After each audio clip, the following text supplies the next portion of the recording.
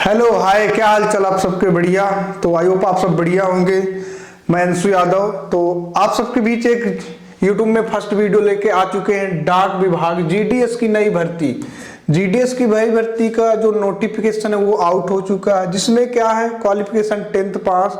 Total post की बात करें तो 31,000। इसमें नो एग्जाम्स नो इंटरव्यू। तो देखते हैं इसकी आगे की प्रोसेस।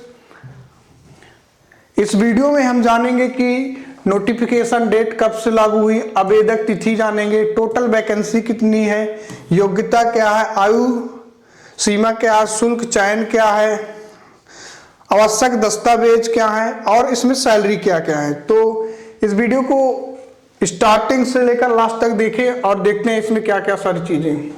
तो पहले देखते हैं आवेदक तिथि। क्या आवेदक तिथि?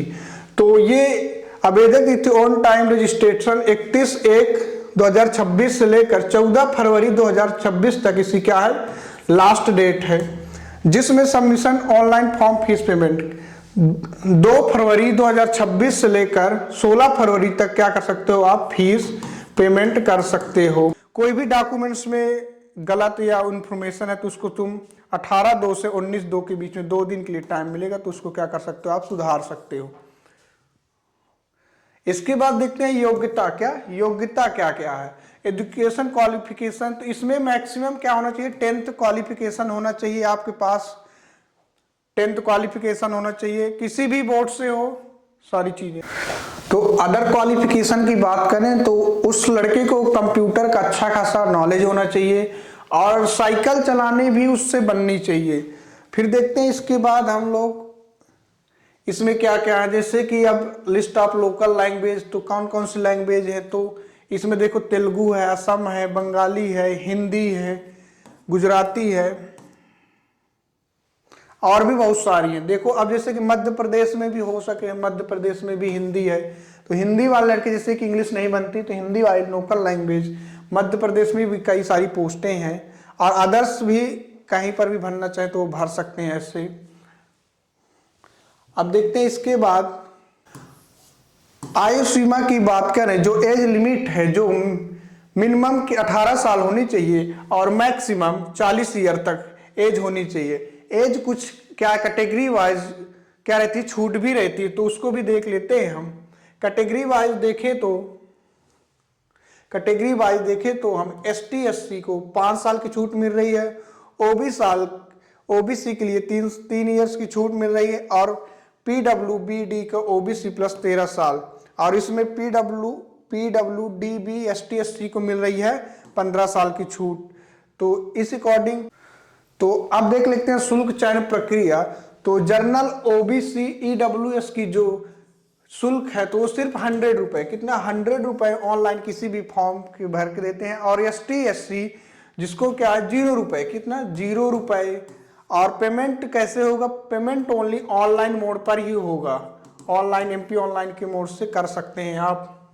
आज देखते हैं आवश्यक दस्तावेज क्या क्या होना चाहिए। आवश्यक दस्तावेज पहले 10वीं की उसकी मार्कशीट होना चाहिए, दूसरा आधार कार्ड, पैन कार्ड, जाति प्रमाण पत्र, निवास प्रमाण पत्र, passport size photo, mobile number, email ID, दिव्यांग प्रमाण पत्र यदि लागू हो तो। ये सारे क्या चाहिए आवश्यक दस्तावेज फॉर्म भरने के लिए, आपको ये इंपॉर्टेंट है। अब इसमें देखते हैं डाक में जो 3 डिवाइस में है, तो DBM ब्रांच पोस्ट मैनेजर, यह है ग्रामीण डाकघर BO का प्रमुख होता है और उस क्षेत्र के सभी डाक कार्यों के लिए जिम्मेदार होता है।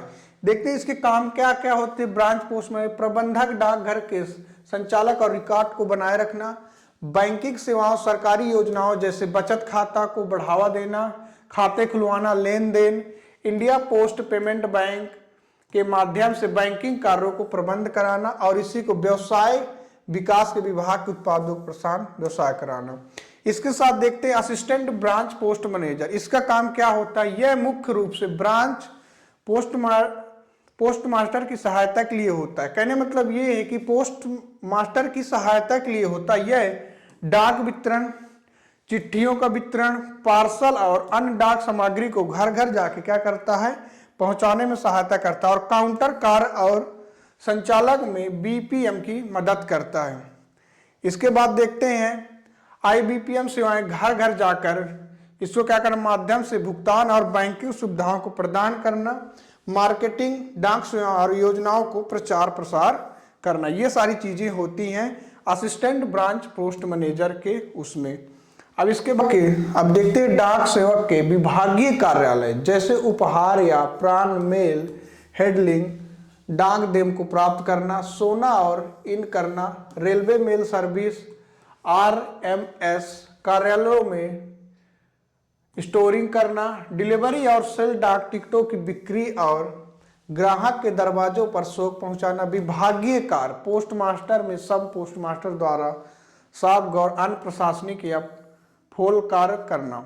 अब इसके देख लेते हैं सैलरी। सैलरी क्या होती है कैटेगरी, तो जो पहला DBM है कार्यालय पोस्ट मास्टर, उसकी 12,000 से लेकर 29,380 रुपए, और जो ये डाक सेवक है IBPM है तो उसका 10,000 से लेकर 24,440 रुपए तक है।